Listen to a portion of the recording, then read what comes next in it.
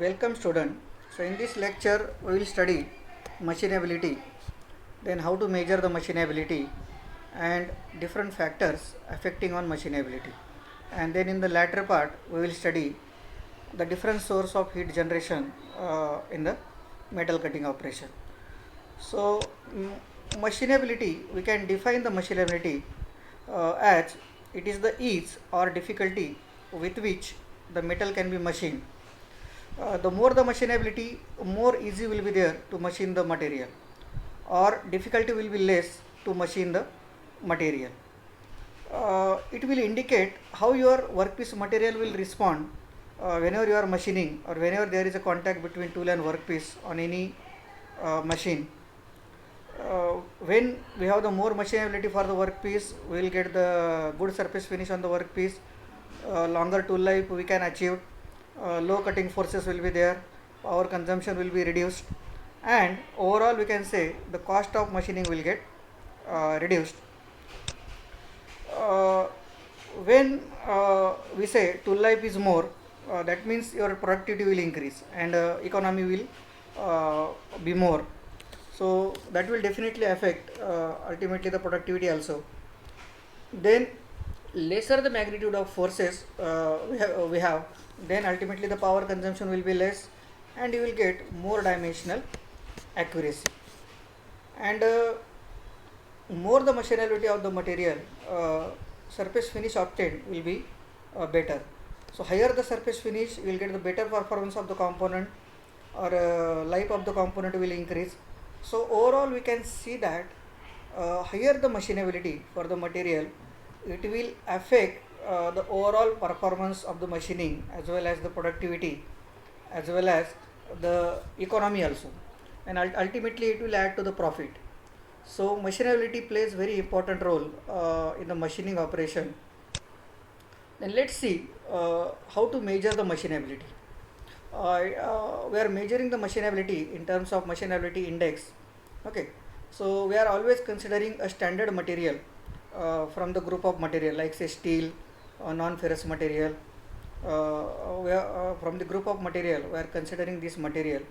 So the formula is machinability index V60 upon V60R. So V60 is the cutting speed for your specimen material, and V60R is the cutting speed for your reference material. Now let's see what is the importance of this V60 and V60R. Uh, this means that it is the cutting speed for a tool life of 60 minutes. So the cutting speed for the specimen material, so which will give the 60-minute tool life. So this is for specimen material, and this is the cutting speed for reference material, which will give the tool life for your standard material. Now you can see here uh, from this graph. So for 60 minute tool life, what will be the cutting speed for your specimen material divided by the cutting speed for your standard material for 60-minute tool life.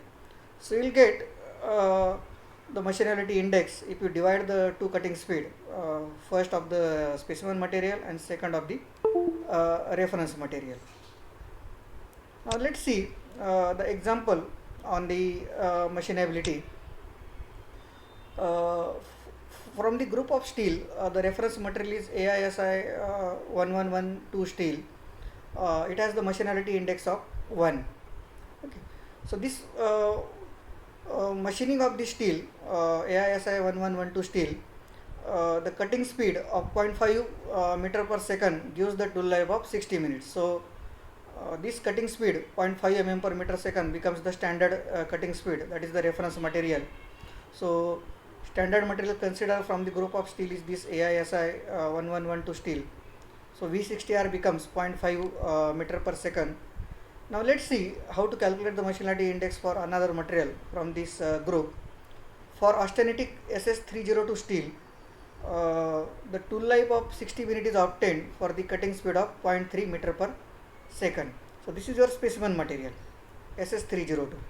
So cutting speed for 60-minute tool life for specimen material, that is 0.23, divided by cutting speed for reference material, that is 0.5. So machinability index is 0.46. Now similarly we can have the machinability index for AISI 1045 steel.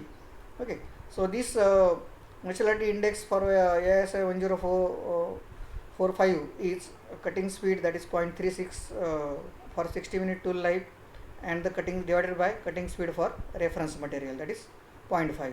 So this is 0.72. So this indicates that the machinability index for AISI 1045 steel is better than SS 302 steel. Okay, and the highest machinability index is for the reference material, that is AISI 1112 steel. So this machinability index plays a very important role in selection of material for an application as per the requirement.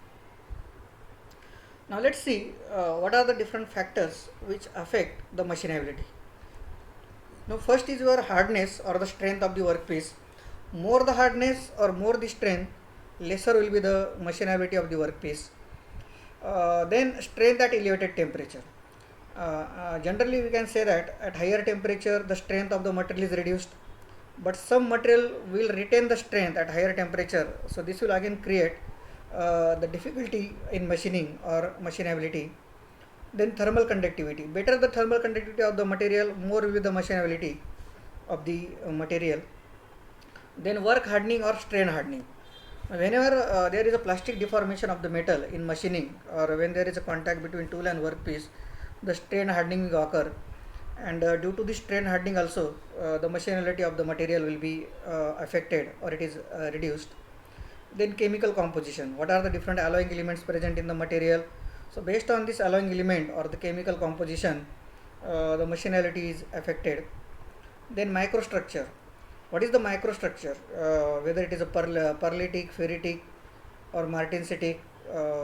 So based on this also your machinability will be affected. Then micro constituents. So some constituents which are added. So this will also affect the machinability of the material. Then how to improve the machinability? No doubt machinability plays a very important role. There are different factors which are affecting the machinability, but definitely we can increase the machinability of the material.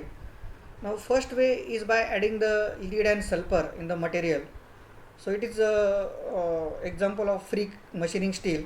So by adding this alloying element sulfur and lead, we can increase the machinability. Secondly, the thermally assisted machining. Now what is thermally assisted machining? So in this case the difficult to cut material is heated in the heating zone, so that your machinability will be increased. So heating may be done by the oxyacetylene flame, okay, plasma or laser beam may be used for heating. So because of this heating, what you can say, the shear strength will be lower for the workpiece material and machining will be more. So these two methods are used to increase the machinability. First by adding the alloying elements, and second by heating the workpiece. That is called thermally assisted machining. So heating may be done by the flame, it may be done by plasma, or it may be done by laser. So this will increase your machinability, or easiness for machining for the workpiece will increase. Now let's see the next part, that is different sources of heat generation in metal cutting. As we know, when there is a contact between tool and workpiece, the heat will be generated, and this heat generated in the metal cutting in different regions. So we will study what are the different regions and what is the effect of this heat generation on the metal cutting. Now first one, this power consumption in metal cutting is converted into the heat. Okay, so this heat will be generated. There is a contact between tool and workpiece. So as high as we can get a temperature of 600 degrees Celsius at the contact point between the tool and workpiece. So this cutting temperature or the heat which is generated during the metal cutting, it will affect on the tool life. Whatever chips are produced, it will be very hazardous for the operator. It will cause inaccuracies in the machining because of the thermal expansion of the workpiece. So this heat produced is again not desirable, or you have to remove the heat from the chip tool interface during the machining operation. Now let's see the different sources of heat generation in metal cutting. Now first one, we can say this is the mechanism of cutting. So in this case there is a contact between tool and workpiece and material is removed in the form of chips. So there are three regions we can see in the diagram where your heat is generated. Now the first region is your primary deformation zone. Primary deformation zone, so you can have the heat production with the help of elastoplastic deformation. So this is the shear plane along which your material will shear. So here you will have the elastoplastic deformation. So with the help of this heat is produced. So this is your primary deformation zone. Okay. So major part of energy is converted into the heat. So you will get the maximum energy conversion into the heat in this particular zone, that is your primary deformation zone. Then we have the secondary deformation zone.